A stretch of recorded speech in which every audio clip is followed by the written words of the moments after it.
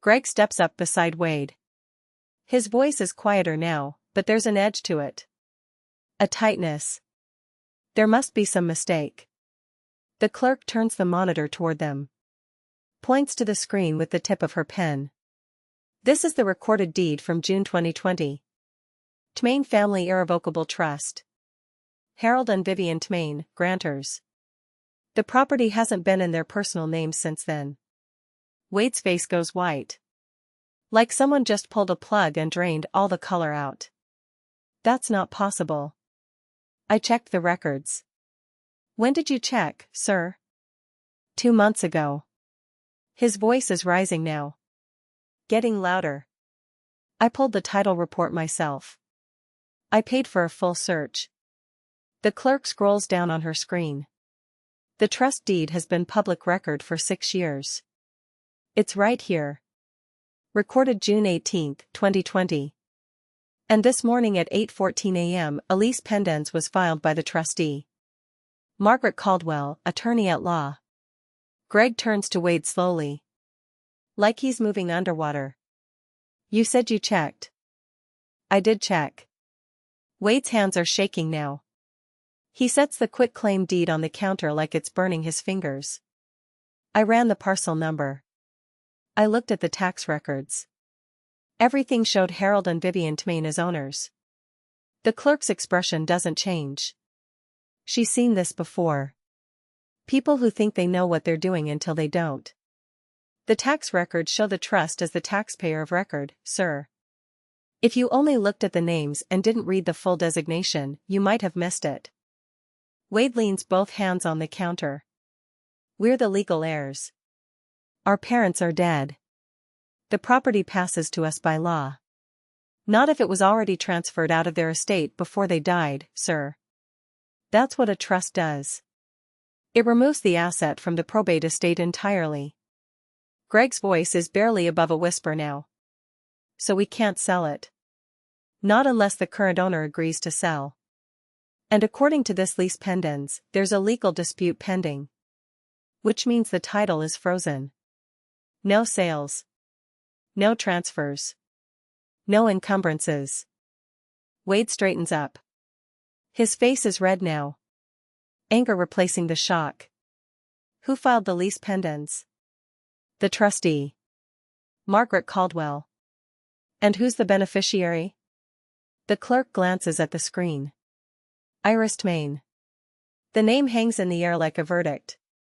From across the lobby, near the row of plastic chairs by the window, Margaret Caldwell stands up. She's been sitting there the whole time. Waiting. Watching. She walks over slowly. Heels clicking on the tile floor. Each step deliberate. Measured. Good morning, gentlemen. Greg recognizes her immediately. His whole body goes rigid. You. Margaret nods politely to the clerk. Thank you, Sharon. Then she turns to Wade and Greg. Her voice is calm. Professional. The kind of calm that comes from knowing every single word is legally airtight. The property you're attempting to transfer was placed in an irrevocable trust in June of 2020. Your father, Harold Tmain, and your mother, Vivian Tmain, executed that trust while they were alive and of sound mind. The sole beneficiary is Iris Tmain. She accepted her role as successor beneficiary at midnight last night, the moment she turned 18. Wade's jaw works. Opens.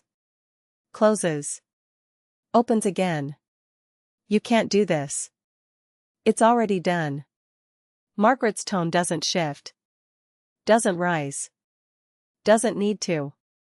The lease pendens I filed this morning protects the property from any conflicting claims. If you attempt to record fraudulent documents, that's a criminal matter. I suggest you consult your own attorney. She reaches into her blazer pocket and pulls out 2 business cards. Hands one to Greg. One to Wade. In case you'd like to discuss this further. Through proper channels. Wade stares at the card like it's a live snake. Margaret turns and walks toward the door. Pauses. Looks back over her shoulder. Oh, and Mr. Tmain? She's looking at Wade now. If Ridgeline Development contacts you about the purchase agreement you signed, I'd recommend you speak to a lawyer before you say anything. Breach of contract penalties can be quite steep. Then she walks out. The glass door swings shut behind her with a soft hiss. Greg and Wade stand there in the middle of the county recorder's office. The fluorescent lights buzz overhead. Someone's phone rings at a desk in the back. The clerk closes her window and moves to the next station. Next, please. Wade is still holding the quitclaim deed. His hand is shaking so hard the paper rustles. Greg's voice comes out flat. Dead. Let's go. They leave. I don't see them walk in the door. I'm upstairs in my room, sitting on my bed with my laptop open, refreshing my email every 30 seconds even though Margaret already called me 2 hours ago to confirm everything went through. But I hear the car pull into the driveway. Fast. Tires crunching on gravel. 2 doors slam. Not closed.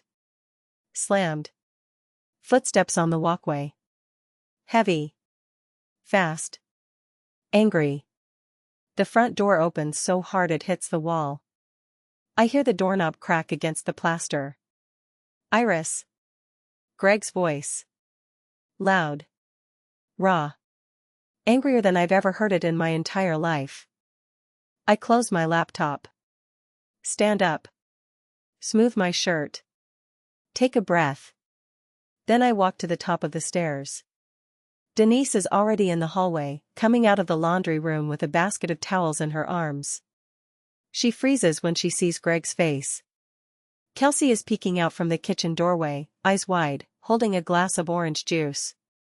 Greg is standing in the middle of the living room. His face is red. His fists are clenched at his sides. Wade is behind him, pacing back and forth like a caged animal, running his hands through his hair over and over. I come down the stairs slowly. 1 step at a time. My hand on the railing. Greg's eyes lock on me. You knew. His voice cracks on the word. Splits right down the middle. You knew the whole time. I stop on the bottom step. I knew Grandma and Grandpa left me the cabin. Yes. Wade spins around. Stops pacing. Stares at me like I just confessed to murder. You let us walk into that office like idiots. You walked in there planning to sell property that wasn't yours, I say. My voice is steady. Calm. I didn't make you do that. Greg takes a step toward me. We're your family, Iris. I know. Then why would you do this to us? The question hangs in the air. Heavy. Accusatory. Denise sets the laundry basket down on the couch. Slowly. Her hands are shaking. Kelsey hasn't moved. She's still in the kitchen doorway, frozen, holding that glass of orange juice like it's the only solid thing in the room. I take a breath. Let it out. Because you were going to do it to me first. Greg's face twists. Like I just slapped him. We were trying to save this family. By lying to me? I step down off the last stair. Stand on the living room floor. I level with my father. By going through my bag? By threatening to kick me out if I didn't sign over my inheritance? Denise steps forward now. Her voice is shaking. Tight. High-pitched. You don't understand what we're going through, Iris. Your father is drowning. We could lose everything. Then maybe you should have asked me for help instead of trying to steal from me. The word steal lands like a slap. The room goes silent. Wade laughs. A bitter, broken sound that doesn't sound like a laugh at all. You're 18 years old. You have no idea what the real world costs. I turn to look at him. You signed a purchase agreement for $450,000. For a property you didn't own. And you were going to give me $50,000 and tell me I should be grateful. Wade's face goes pale. That's not stealing, Uncle Wade. I let the words sit. That's fraud. His mouth opens. Nothing comes out. Greg sinks onto the couch. Puts his head in his hands. His shoulders are shaking. What do you want from us, Iris? I want you to stop pretending this was ever about family. Denise's voice rises. Shrill now. Desperate. We are your family. We fed you. We clothed you. We gave you a home. You gave Kelsey a home, I say quietly. You gave me a place to sleep. That's not fair, Denise says. Her eyes are filling with tears now. That's not fair, Iris. Kelsey's small voice breaks through from the kitchen doorway. Iris? I turn. Her face is pale. Her hands are gripping the door frame so hard her knuckles are white. Are you leaving? I don't know yet, Kels. Denise's voice cracks. You see what you're doing? You're tearing this family apart. I look at her. Really look at her. At the woman who raised me. Who made my lunches and signed my permission slips and came to exactly 3 of my science fairs in 6 years. I was 12 years old when Grandpa told me family is whoever shows up. I didn't understand it then. But I do now. I look at my dad. At my mom. At Wade, who's stopped pacing and is staring at the floor like he's trying to disappear into it. You didn't show up, Dad. Not for me. You showed up for the money. Greg lifts his head. His eyes are red. Wet. I'm your father. I know. And I wish that meant something different than it does. I turn and walk back upstairs. My legs feel like they're made of water, but I don't let them see that. I don't let them see me shake. Behind me, I hear Denise start to cry. I hear Wade say something low and sharp. I hear Greg's voice, broken and angry, saying something I can't make out. I close my door. Lock it. Sit on my bed. And for the first time in weeks, I let myself cry. Not because I'm sad. Not because I'm scared. But because I'm free. And listen, if you think that's the hardest part, you have no idea what's coming. Because what happened over the next 3 days genuinely broke something in me I didn't know could break. Stay with me. That afternoon, I pack a bag. Not everything. Just enough. I fold 2 pairs of jeans. 3 shirts. A sweater. Socks. Underwear. My toothbrush. My laptop and charger. The blue plaid handkerchief that still smells like pine and Old Spice and something I can't name but that feels like Grandpa. The photo of Grandma and Vivian on the porch at Cedar Lake. The one where they're both laughing, Grandma's hand on Grandpa's shoulder, the light coming through the trees behind them like gold. I pack my journal. The one Grandma gave me for my 16th birthday with the leather cover and the quote on the first page. Not all who wander are lost. I pack the acceptance form. The signed, notarized document that says I am the legal beneficiary of the Twain Family Irrevocable Trust. I slip it into a folder. Tuck the folder into the bottom of my bag. Kelsey knocks on my door while I'm zipping up the duffel. I unlock it. Open it. She's standing there in her pajama pants and an oversized hoodie, even though it's 3 in the afternoon. Her eyes are red. Are you really leaving? I sit down on the bed. Pat the space next to me. She sits. Pulls her knees up to her chest. I'm going to stay at the cabin for a while, I tell her.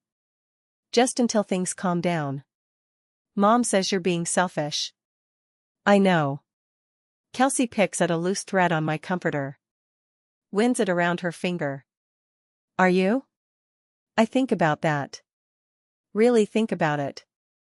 I don't think so, Kels. But maybe I am. I don't know anymore. She looks at me. Her eyes are so much like mine. Same shape. Same color. We got them from Grandma. I don't think you're selfish, she says quietly. I pull her into a hug. She's small and warm and she smells like the lavender shampoo Mom buys in bulk from Costco. You can come visit me anytime, I whisper into her hair. Anytime you want. The cabin is yours too. Always.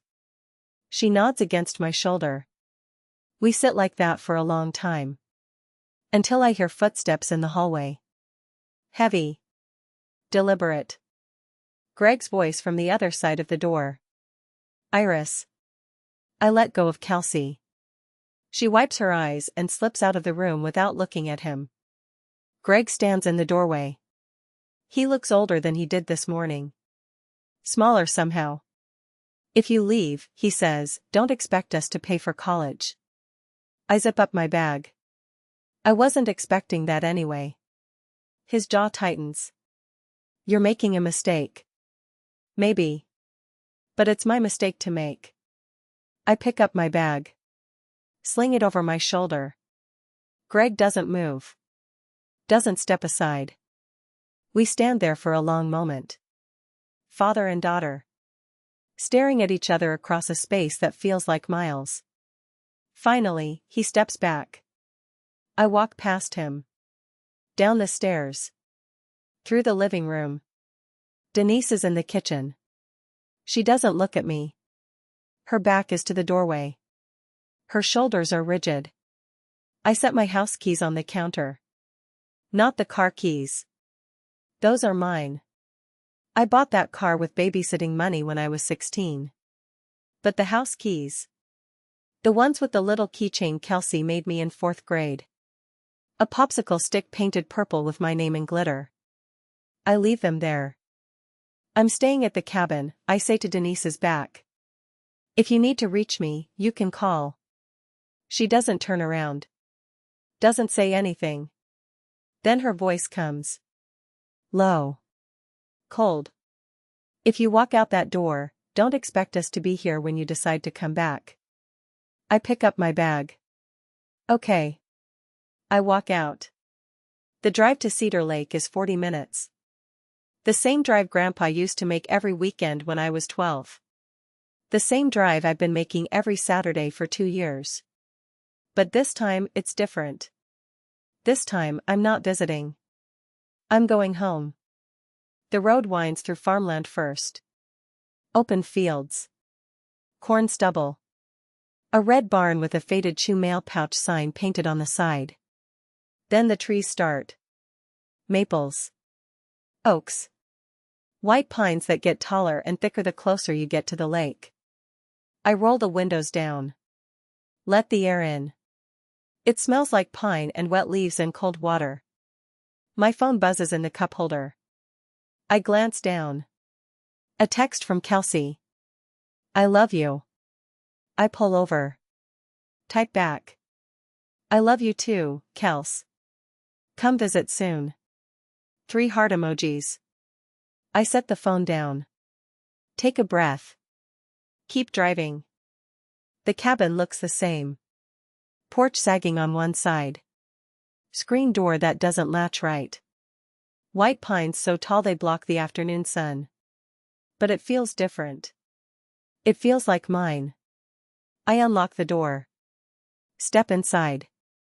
Set my bag on the kitchen table. The one Grandpa built with his hands 50 years ago. Solid oak. Scarred and stained and still standing. The air smells like wood smoke and old books and pine resin. I walk through the cabin slowly. Running my hand along the walls. The bookshelf Grandma organized by color. The window seat where I used to read on rainy afternoons. The bedroom at the back with the quilt she made, every square a different fabric from a different dress she wore over the years. I sit on the bed. The springs creak. The mattress sags in the middle. And I cry. Not because I'm sad. Not because I'm scared. But because I'm here. And I'm safe. And nobody can take this from me. I sit in Grandpa's chair on the porch and watch the lake turn gold as the sun drops behind the trees. The water is still. Smooth as glass. A loon calls from somewhere out in the middle. Long and low and lonely. My phone buzzes. A text from Margaret. How are you holding up?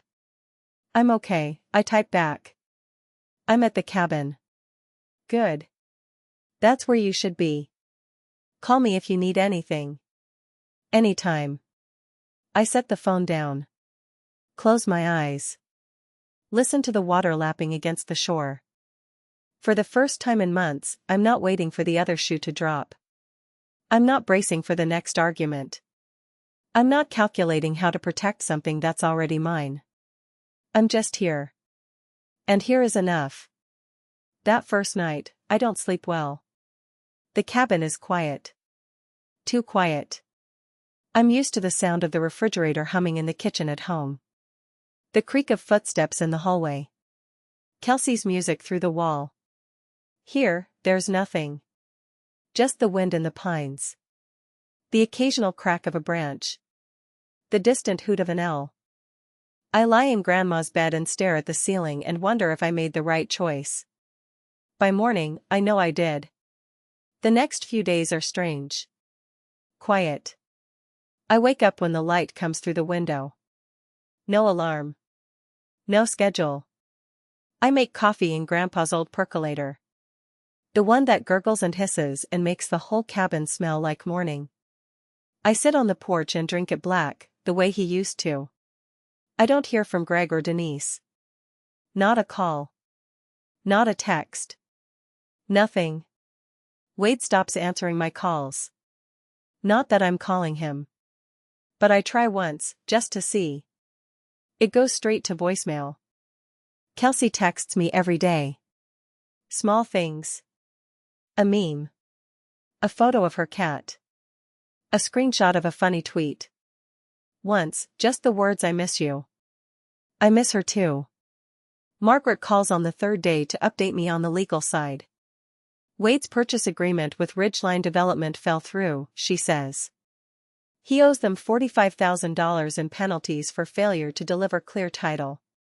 He's trying to negotiate it down, but they're not budging. I sit down at the kitchen table. $45,000. That's what happens when you sign a contract for property you don't own, Margaret says. Her voice is matter of fact. Not cruel. Just factual. What about my dad? Margaret pauses. Your father's business officially closed last week. The building supply store is being liquidated. He's filing for bankruptcy. I feel a pang when she tells me that. Not guilt. Just sadness. For what could have been different if my dad had been a different kind of man?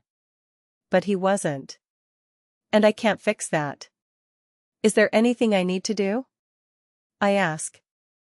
No. The trust is protected. Your assets are separate from his. His bankruptcy won't touch you. Okay. Iris, Margaret says gently. You did the right thing. I know. But it doesn't feel good. It's not supposed to.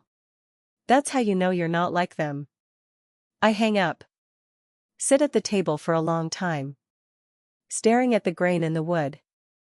Nora Beckett comes by one Saturday morning with a casserole and a bag of fresh tomatoes from her garden. She doesn't ask questions. Just sets the food on the counter, pours herself a cup of coffee from the percolator, and sits with me on the porch for an hour. We talk about nothing important. The weather. The loons on the lake. A book she's reading about the history of the Adirondacks. Before she leaves, she squeezes my hand. Your grandmother would be proud of you, Iris. I hope so, I say. I know so. Nora's eyes are fierce. Vivian knew exactly what she was doing when she set up that trust. She knew who her sons were. And she knew who you were. I feel my throat tighten. Don't you dare feel guilty for protecting yourself, Nora says. Not for 1 second. She leaves. I watch her car disappear down the driveway. Then I go back inside and eat the casserole straight from the dish, standing at the counter, crying into the green beans. In late September, I get an email from the county assessor's office. Property tax bill. $2,300. Due in November. I stare at the number on the screen. It's not insurmountable. The trust has funds. Margaret went over the finances with me. The investment portfolio is stable. The savings account has enough to cover property taxes, insurance, and basic maintenance for years. But it's real. This cabin, this land, this life, it all costs something. And now it's my responsibility. I call Margaret. We go over the trust finances again. Line by line. You're in good shape, she says. Your grandparents were very careful. They set this up to last. But I'll need income eventually, I say. A job. A plan. You're 18, Iris. Margaret's voice is gentle. You don't have to have it all figured out today. But I want to. I want to do this right. Then take your time. Your grandparents gave you that gift. Time. I spend October fixing things. Small things. The kind of things Grandpa used to do on Saturday mornings while Grandma made pancakes. The porch railing that wobbles when you lean on it. I tighten the screws. Replace 2 of the balusters that are cracked. The gutter on the south side that's pulling away from the roofline. I climb up on the ladder, hammer in new brackets, reseal the seams with caulk. The window in the back bedroom that sticks when it rains. I sand down the frame. Rub the tracks with a bar of soap the way Grandpa showed me. I learn how to bleed the radiator when the heat gets uneven. There's a little valve on the side. You turn it with a screwdriver until you hear the hiss of air, then the gurgle of water. Then you close it. I organize the bookshelves by color, the way Grandma liked. All the blues together. Then the greens. Then the reds and oranges and yellows. It makes the room feel warmer somehow. I replace the weather stripping on the back door. Peel off the old stuff. Measure. Cut. Press the new strip into place. Every repair feels like a conversation with them. Like they're still here. Teaching me. One afternoon in early November, I'm raking leaves when a car pulls into the driveway. I don't recognize it at first. A gray sedan. Older model. Dented bumper. Then the door opens. It's Greg. He looks older. Thinner. His shirt is wrinkled. His jeans hang loose on his hips. He stands by the car for a long moment, hands in his pockets, staring at the cabin like he's seeing it for the first time. Or maybe like he's seeing it for the last time. I set the rake against the porch. Wait. He walks over slowly. Stops a few feet away. Can we talk? I nod toward the porch. We sit. Not close. But not far. For a long time, neither of us says anything. The lake is quiet. The water is dark. A crow calls from somewhere in the pines. Finally, Greg speaks. I lost the store. I know. I'm sorry. He nods. Looks down at his hands. They're rough. Calloused. The hands of a man who's worked his whole life. I thought if I could just sell this place, I could fix everything. Pay off the debt. Start over. Save the business.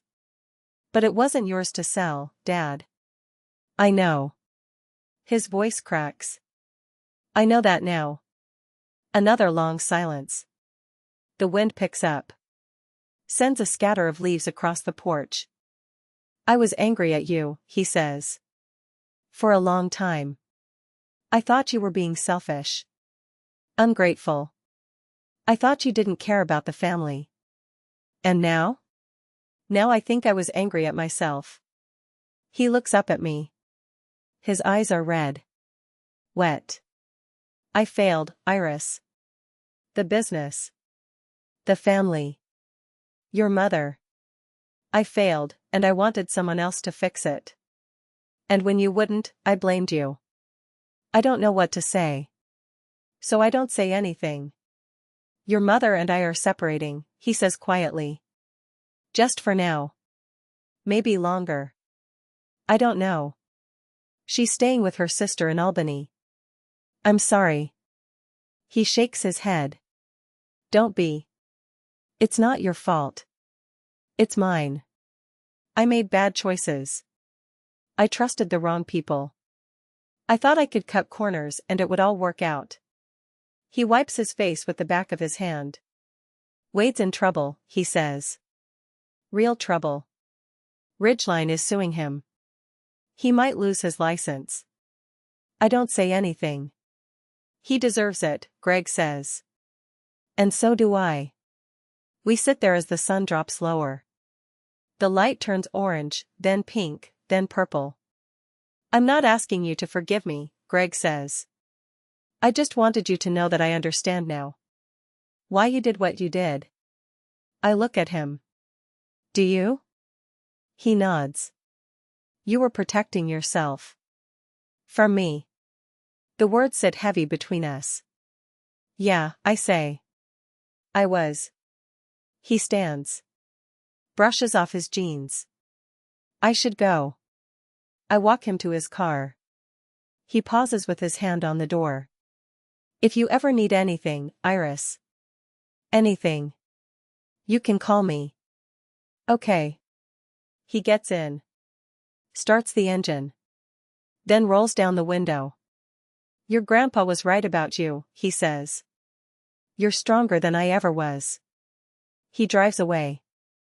I stand in the driveway until the taillights disappear through the trees. Then I go back inside. Sit at the kitchen table. And cry. Not because I'm sad. Not because I'm angry. But because something that's been knotted up inside me for months finally loosens. My dad isn't a villain. He's just a man who made bad choices when he was desperate. And I can hold both things at once. I can protect myself and still feel sad for him. That's what being an adult means, I think. Holding two true things at the same time. Thanksgiving comes. Kelsey texts me. Mom's at Aunt Linda's. Dad's at Uncle Wade's. It's just me and a frozen pizza. This sucks. I call her. Come here, I say. I'll pick you up. Really? Really? Pack a bag. I'll be there in an hour. I drive to Ridgemont. Park in front of the house. The house I grew up in. The house that never quite felt like home. Kelsey comes out before I even knock. She's got a backpack and a sleeping bag and the biggest smile I've seen in months. We drive back to the cabin. She talks the whole way. About school. About her friends. About the drama teacher who's directing the winter play. About the boy in her math class who keeps passing her notes. Normal things. Sister things. At the cabin, we make spaghetti. Burn the garlic bread. Laugh until we cry. We stay up late watching old movies on my laptop. Wrapped in grandma's quilts. Drinking hot chocolate with too many marshmallows.